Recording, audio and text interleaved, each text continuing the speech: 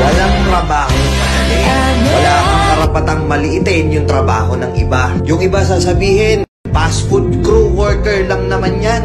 Pucha, nagkaroon lang tayo ng maganda-gandang klase ng trabaho. Akala na natin kung sino na tayong entitled sa mundong to. Pinamaliit natin yung mga taong mas mabababa yung sa atin.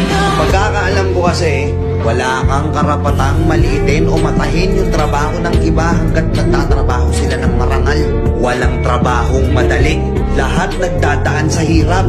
Lahat nagsasakripisyo. Kaya kung iniisip mong porket maganda-ganda yung trabaho at malaki-laki yung sinasahod mo, mamaliitin mo na yung mga trabaho ng mga taong nagtatrabaho na mas maliit yung sahod sa'yo.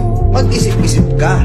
Baka bawiin sa'yo yan. Baka biglang bumaliktad yung mundo at sila naman yung kumaka. Kahit anong trabaho mo, magpakumbaba ka pa rin. Bilog ang mundo, hindi palagi nasa taas ka. Kaya hanggat maaari sa lahat ng oras, magpakumbaba ka. Diba?